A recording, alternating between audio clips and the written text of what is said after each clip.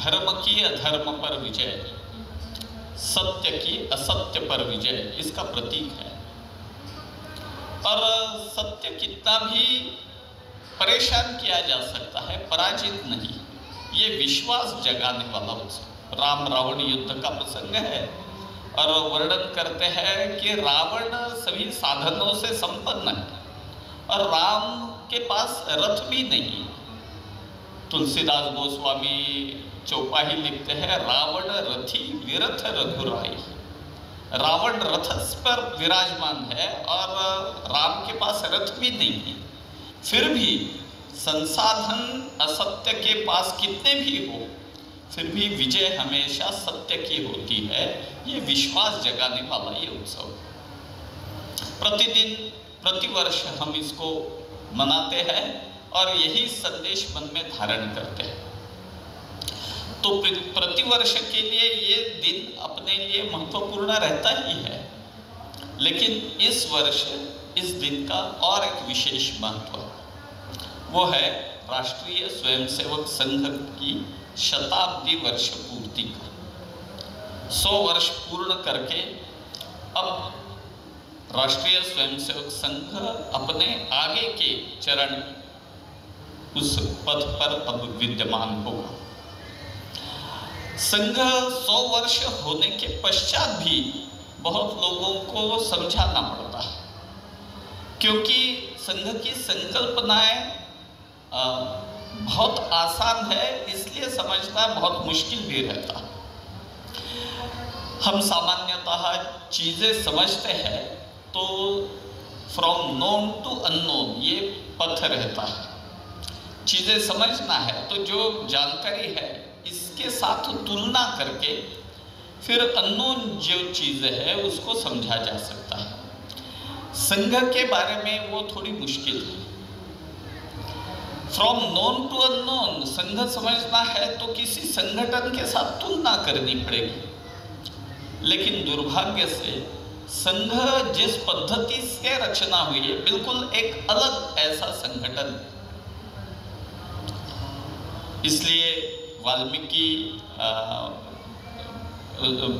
रामायण में श्लोक आता है जिसमें ये वर्णन किया गया है, गगनम गगनाकारम। अगर आकाश की तुलना किसी से करनी है तो केवल आकाश से ही की जा सकती है, अन्य किसी से। सागरम सागरोपमा, सागर की तुलना करनी है तो वो भी केवल सागर से ही की जा सकती है। राम रावण योर युद्धो राम रावण योरिव। राम रावण के युद्ध की तुलना करनी है तो अन्य किसी युद्ध के साथ नहीं हो सकती, राम रावण के युद्ध के साथ ही हो सकती है। इसी प्रकार संघ की तुलना करनी है तो अन्य समांतर संगठन ढूंढना थोड़ा मुश्किल जाता है। संघ की कुछ संकल्पनाएं आज भी लोगों को बड़ा आश्चर्य देती है, अचंभे में डालती है। फिर विरोध हुआ, जी झाम के लोगों ने विरोध किया, संघ पर 3 बार पाबंदियां लाई गई। उसका भी थोड़ा वर्णन बाद में करें। फिर थोड़ी उत्सुकता जगी समाज की, अरे भाई इतने प्रताड़ित करने के बाद भी कोई संगठन बढ़ता है तो कोई विशेष होगा इस संगठन में। तो थोड़ा पास आने लगे, बड़े बड़े लोग भी आने लगे, तो देखने लगे कि ये अलग ही है, तो आकर्षित होने लगे। और आज समाज की संपूर्ण स्वीकार्यता हमको देखने को मिलती है। तो ये प्रवास उपेक्षा से स्वीकार्यता तक, यहाँ तक एक प्रवास संघ का चला है।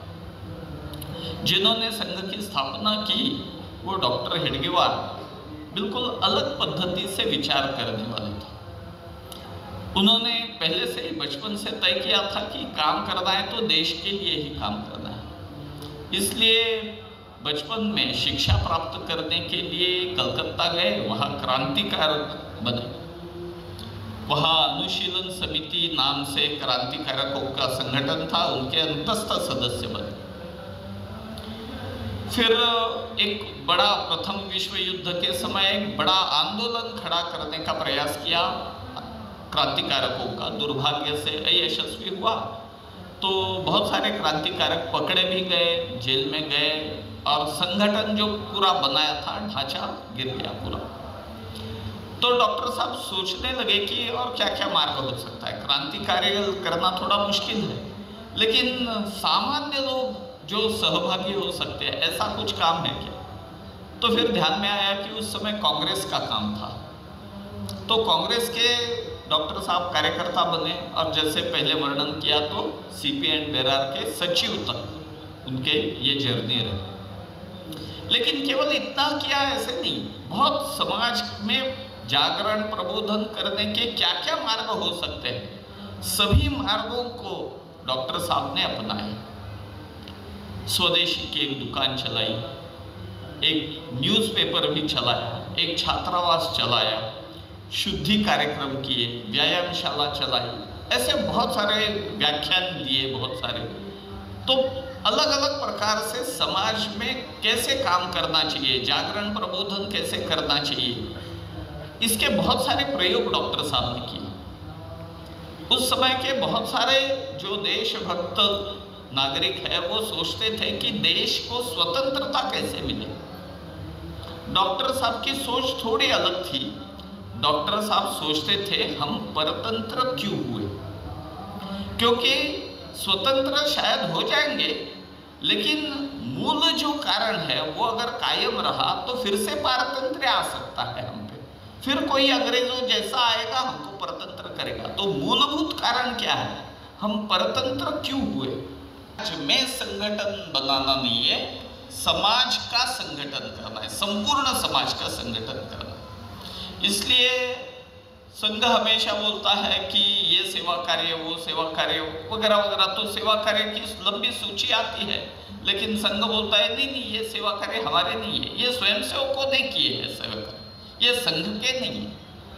तो क्रेडिट लेने की बात है, लोग जहाँ क्रेडिट लेने के लिए कूदते हैं वहाँ संघ बोलता है नहीं नहीं ये हमारा काम नहीं है। बाबरी ढांचा को ध्वस्त किया गया तो लोगों ने कहा ये संघ ने किया, तो संघ ने बोला नहीं नहीं ये तो जागरूक हिंदू समाज का आविष्कार है। अब इसके पीछे क्या भाव है ये समझना थोड़ा मुश्किल रहता है, इसलिए ऐसी बहुत सारी बातें हैं। अभी विदेश के कुछ बंधु जो अमेरिका में वगैरह बहुत श्रेष्ठ पद पे है और वहाँ पे पॉलिसीज में काम करते हैं, संघ देखने के लिए भारत आए थे तो दिल्ली में कुछ कार्यकर्ताओं से मिले, बंगलोर में कुछ कार्यकर्ताओं से मिले, अंत में जो संघ का प्रशिक्षण वर्ग तृतीय वर्ष चलता है उसके समापन के यहाँ आए, तो सबके वहाँ पर भी स्वयंसेवकों से मिले, सरसंघ चालक जी से मिले। तो उन्होंने पूछा कि संघ की मेंबरशिप कितनी है, तो स्वयंसेवकों ने बताया ऐसे ऑफिशियल मेंबरशिप तो अपने यहाँ रहती नहीं है, लेकिन फिर भी मोटे तौर पे अगर गिनती करनी है तो राउंड अबाउट 50 लाख इतनी हो सकती है, इससे भी ज़्यादा होगी आपको मालूम नहीं। तो उन्होंने बोला कि ठीक है 50 लाख तो बड़ी संख्या है, तो फिर आपका सेक्रेटरिएट कैसे रहता, ऑफिस फंक्शनिंग कैसे रहता। तो उनको हमने संघ का कार्यालय दिखाया नागपुर का, वहाँ पे सेक्रेटरिएट में 2 कार्यकर्ता काम करते हैं। तो 50 लाख जनसंख्या वाले संगठन का ऑफिस सेटअप कौन चलाता है, तो 2 कार्यकर्ता चलाते हैं। तो उनको बड़ा आश्चर्य लगा कि ऐसे थोड़ी रहता है, क्योंकि संघ बिल्कुल अनौपचारिक पद्धति से चलता है, इतनी डिसेंट्रलाइज सिस्टम है। तो ये संघ समझना सही में बाहर के दुनिया वालों के लिए थोड़ा मुश्किल भी जाता है। ऐसा ये संघ अब शताब्दी वर्ष पूर्ण कर आगे बढ़ रहा है।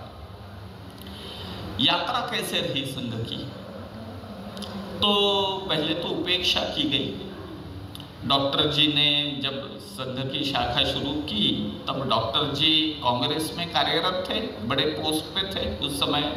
डॉक्टर हेडगेवार ये मध्य भारत के सचिव थे, कांग्रेस के सेक्रेटरी थे उस समय। ये मध्य भारत को CP and Berar, central province and Berar ऐसे बोला जाता था, उसके सचिव थे।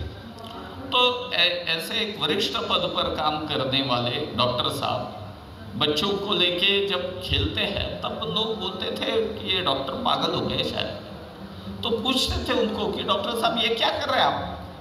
तो डॉक्टर साहब बोलते थे कि मैं हिंदू संगठन कर रहा हूँ।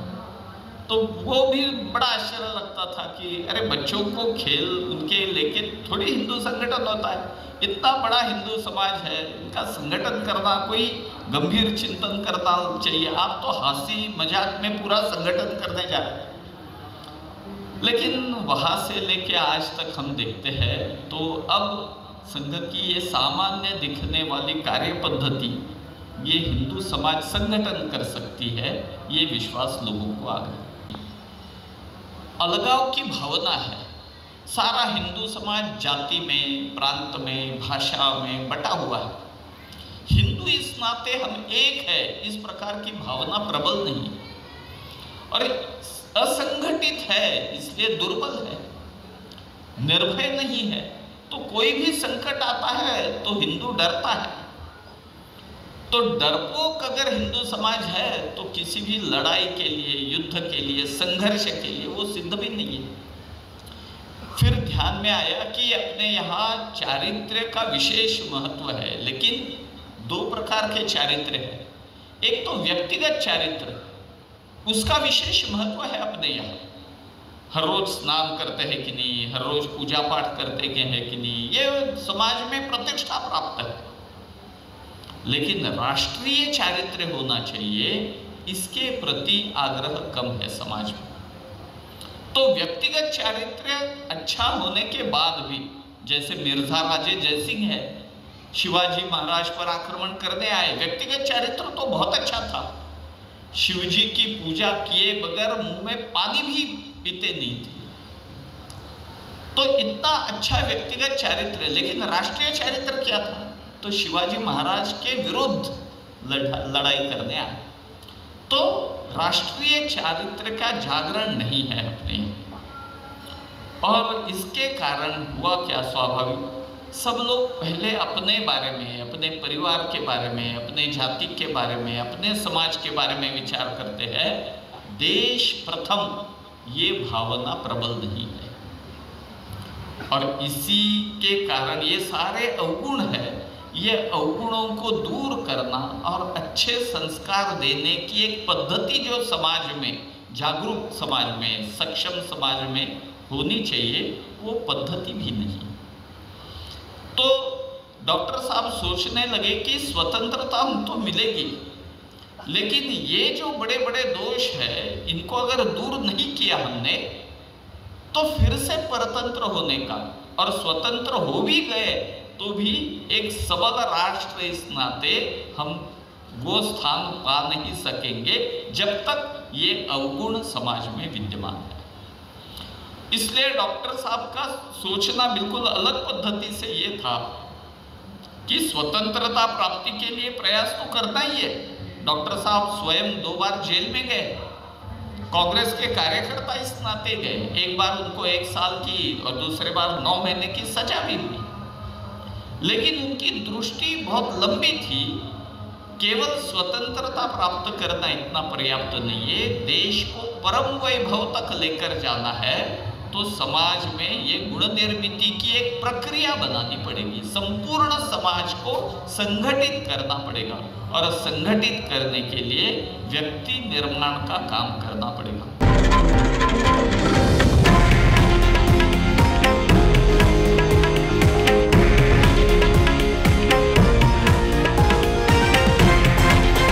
हे आहे देशातील नंबर 1 न्यूज नेटवर्क, आणि आपण पाहत आहात TV9 मराठी, एकमेव।